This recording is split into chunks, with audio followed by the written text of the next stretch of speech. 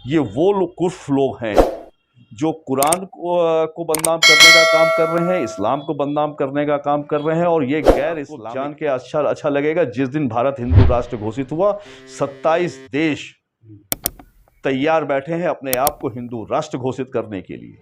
नमस्कार, इस भारत में आपका स्वागत है। नमस्ते जी। सबसे पहले हम जानना चाहेंगे कि ये भारतीय केसरिया वाहिनी है, इसका उद्देश्य क्या है? आप इसके राष्ट्रीय अध्यक्ष हैं, क्या इसका उद्देश्य है? भारतीय केसरिया वाहिनी का जो मूल उद्देश्य है, जो हमारा मूल सनातन परंपरा, सनातन संस्कृति, हमारे जो विमुख होते जा रहे थे हमारे लोग, उससे हम लोग दूर जा रहे थे, उसको पुनः स्थापित करना, भारतवर्ष के अंदर सनातन आयोग का गठन और हिंदू राष्ट्र घोषित हो, इसके लिए हम संघर्ष कर रहे हैं। हमारी संगठन संघर्ष कर रही, करीब 22 से 23 राज्यों में इस वक्त सक्रिय पार्ट में काम कर रहे हैं, और जिसमें संत समाज के लोगों का भी एक अच्छा सहयोग है। और हमारे मुख्य संरक्षक खुद महामंडलेश्वर नवलगिरी महाराज जी जूना अखाड़ा है। तो इस प्रकार से हम लोग इस पे काम क्या कर आप रहे हैं। बताना चाहेंगे कि किस प्रकार की रणनीति के अंतर्गत ये काम किया जा रहा है? ये तो आपके उद्देश्य हो गए, इस जी, पर काम किस तरीके से हो रहा है? इसमें हम लोग छोटी छोटी सभाएं करके और लोगों को जन जागरण करना, विद्यालयों में जाना, हमारी मातृ शक्तियों के बीच में जाकर उनको जागृत करने का काम, और जो भी हमारे अवकाश प्राप्त कर्मचारी हैं उनको जोड़ने का काम, शिक्षकों को जोड़ने का काम, वकीलों को जोड़ने का काम, और ख़ासकर युवा वर्ग को जोड़ने का काम हम किया जा रहा है। और आज मुझे बड़ी आपको बताते हुए खुशी हो रही है कि भारतवर्ष में इस तरीके से पूर्णकालिक काम करने वाले 15,000 हमारे सनातनी योद्धा इस वक्त पूरे राष्ट्र में कार्य कर रहे हैं। तैयार है, पूर्णकालिक। जी क्योंकि आप बनारस के रहने वाले हैं, जी तो एक सवाल इस समय बहुत ही गर्म सवाल है, जी। ज्ञान वापी के बारे में आपका क्या राय है?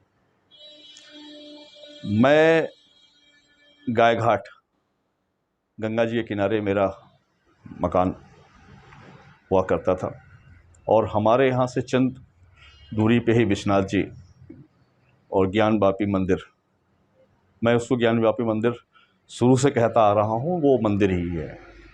और वहाँ पे अक्सर हम लोग जाते थे। और बनारस ज्ञान वापी मंदिर आँखों से देखा जा सकता है।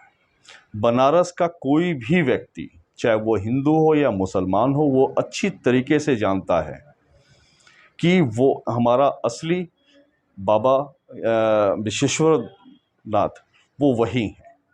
और वहाँ पे उस प्रांगण में मैं एक बार नहीं कईयों बार गया हूँ। वहाँ पे हम लोग किसी ज़माने में क्रिकेट, अब तो बैरिकेडिंग टीम हो गए, पहले बैरिकेडिंग नहीं हुआ था, क्रिकेट खेलते थे, गुल्ली डंडा खेलते थे, गेंद तड़ी उस वक्त खेल हुआ करता था, वो खेला करते थे, मुझे पता है। जी, आपने कहा कि वहाँ हिंदू और मुस्लिम सभी जानते थे कि ज्ञानवापी मंदिर है वहाँ पे, लेकिन बिल्कुल बिल्कुल बिल्कुल। यहाँ तो जो चर्चाएँ चल रही होता है फव्वारा। नहीं, ये फव्वारा कहना बिल्कुल गलत है, चूँकि 353 वर्ष पहले ये जग जाहिर है कि वो वहाँ पे वो स्थान तोड़ा गया, और वो भी पूरा मंदिर नहीं तोड़ा गया है। पूरा मंदिर नहीं तोड़ा गया, सिर्फ उसके ऊपर का पार्ट तोड़ा गया है। और आज भी जो सर्वे का रिपोर्ट, दूध का दूध पानी का पानी हो जाएगा, मैं ये दावा कर सकता हूँ कि उसकी कार्बन टेस्टिंग करवा ली जाए, उस जगह के का समय निर्धारण हो जाएगा, जो कम से कम 3,000 वर्ष पुराना वो शिवलिंग आपको मिलेगा। वो कार्बन टेस्टिंग अगर हो जाती है, ये उस वक्त का शिवलिंग है जब इस्लाम का नामो निशान नहीं था। इस्लाम तो अभी मुश्किल से 1360 वर्ष पहले आया, अभी 1400 वर्ष होने में भी उनके 40 वर्ष शेष बाकी है। और उसका कोई सिर पैर नहीं है। वो तो उन्होंने सीमेंट लगाकर भ्रमित करने का कार्य कर रहे हैं। और जितने भी, मैं उनको मुसलमान भी नहीं कहूँगा, क्योंकि मुसलमान अगर सच्चा मुसलमान है तो वो कभी भी मंदिर के अंदर नमाज नहीं अदा करेगा, इबादत नहीं करेगा। ये उनके कुरान में है। ये वो लोग कुफ्र लोग हैं जो कुरान को बदनाम करने का काम कर रहे हैं, इस्लाम को बदनाम करने का काम कर रहे हैं, और ये गैर इस्लामिक हैं। ये दरअसल इस्लाम के नाम पे सत्ता हासिल करना चाहते हैं, अपनी प्रभुता हासिल करना चाहते हैं। जो भी मंदिर तोड़कर मस्जिद बनाई गई वो गैर इस्लामिक है, और जो गैर इस्लामिक है, जो गैर कानूनी है, इसके ऊपर इनका विरोध करना हर भारतीय का कर्तव्य है, हर सच्चे मुसलमान का कर्तव्य है, हर सच्चे ईसाई का कर्तव्य है, हर अच्छे उस व्यक्ति का कर्तव्य है जो धर्म में आस्था रखता हो। आप हिंदू राष्ट्र की परिकल्पना कर रहे हैं जी उसके लिए हम लोग देख रहे हैं आपके बयान सब आते रहते हैं, जी तैयारियां भी आपकी जोरों पर हैं। क्या जी आपने सोचा है कभी कि वैश्विक स्तर पर अगर हिंदू राष्ट्र बन जाता है तो इसका क्या प्रभाव? जी, ये बहुत अच्छा प्रश्न पूछा आपने। कहीं ऐसा तो नहीं कि ये हम लोग अलग थलग ही रह जाएं? 56-57 देश इस्लामिक हैं, और तकरीबन 75 से 80 राष्ट्र ईसाई हैं। जब 56 राष्ट्र मुस्लिम राष्ट्र जो अलग थलग नहीं पड़ सकता ना, तो एक हिंदू राष्ट्र बनने से हम कैसे अलग थलग बन सकते हैं? और जबकि ये सत्य है कि ये पूरी धरा सनातनियों की रही है। इस्लाम आए अभी 14 वर्ष हुआ, ईसाई का जन्म हुए अभी 22 100 वर्ष हुए। ये तो अभी के हैं, हम तो धराधर के हैं। जब से ये जननी, ये धरती पैदा हुई है, तब से सनातन है। तो सनातन राष्ट्र, हिंदू राष्ट्र बनने में किसी को क्या तकलीफ हो सकती है? मैंने तो विश्व स्तर पे इस पे चर्चाएं की हैं। आज आपको जान के अच्छा लगेगा, जिस दिन भारत हिंदू राष्ट्र घोषित हुआ, 27 देश तैयार बैठे हैं अपने आप को हिंदू राष्ट्र घोषित करने के लिए, जिनमें से अफ्रीका के भी बहुत से ऐसे देश हैं। मूलतः भारतवर्ष की बात नहीं, मैं विश्व की बात कर रहा हूं। ये विश्व ही सनातनियों का है। आज 10,000 वर्ष पहले अमेरिका की नदी में से पानी सूखता है तो हमारा गायत्री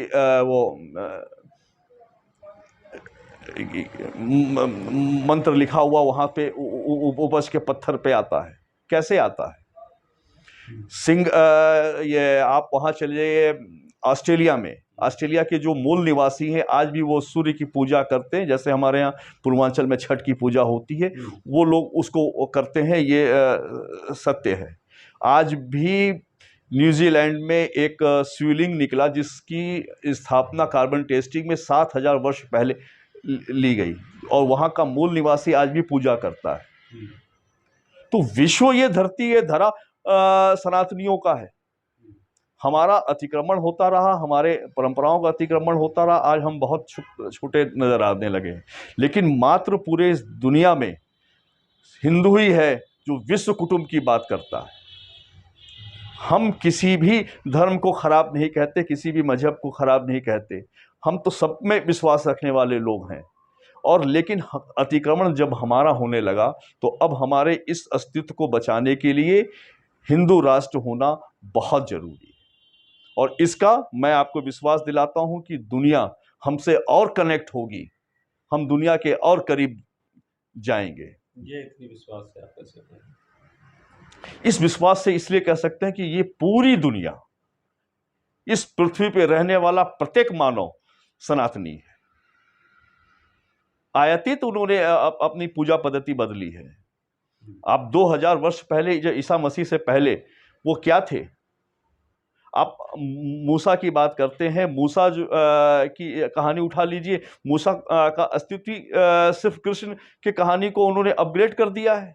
कृष्ण बांसुरी बजाते हैं, वो जो है छड़ी लेते हैं, वो भी गाय चराते थे, कृष्ण भगवान भी गाय चराते थे। इनका डिफरेंट क्या है?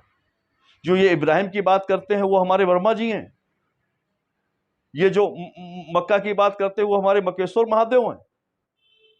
इनका पूरे इस धरा पे हमारा आधिपत्य है।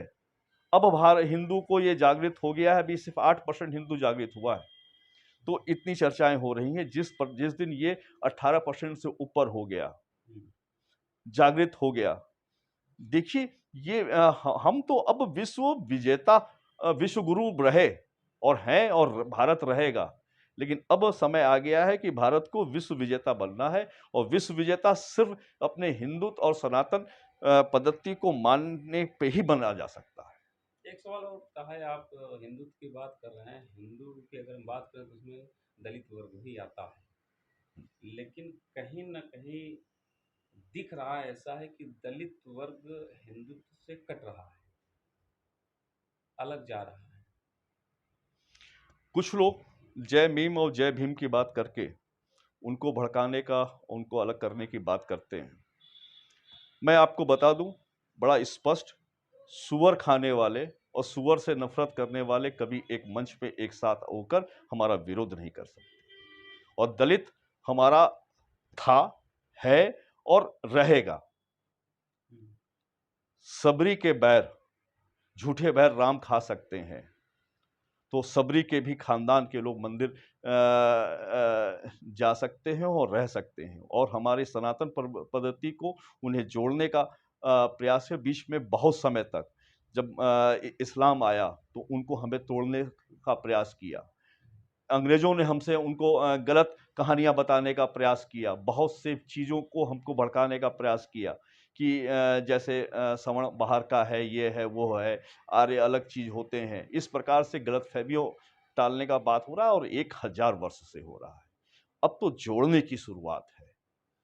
दलित हो, पिछड़ा हो, चाहे वो सवर्ण है, वो सबसे पहले वो हिंदू है।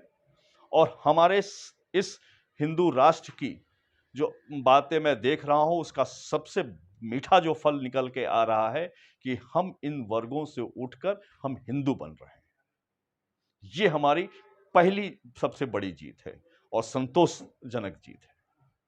देखिए, कहने की बात तो आपकी रही कि जोड़ रहे हैं, लेकिन जो सच्चाई है वो अलग है। नहीं, चूंकि 1000 वर्ष से उसको गलत फहमियों में रखने का प्रयास किया गया है, थोड़ा सा हमें हम सबको मिलकर प्रयास करने की ज़रूरत है। हम सब वो चीज़ें को, गलतफहमियों को दूर की जा सकती है। कुछ कमियां रही हैं, वो मैं मानता हूँ, वो स्वीकारता हूँ, लेकिन उन कमियों और पुरानी चीज़ों को याद करके अपने नए भविष्य को नहीं खराब किया जा सकता है। और नया भविष्य सनातन युग का भविष्य है, जहाँ पे हर हिंदू सामान्य है, वो हिंदू है तभी वो श्रेष्ठ है।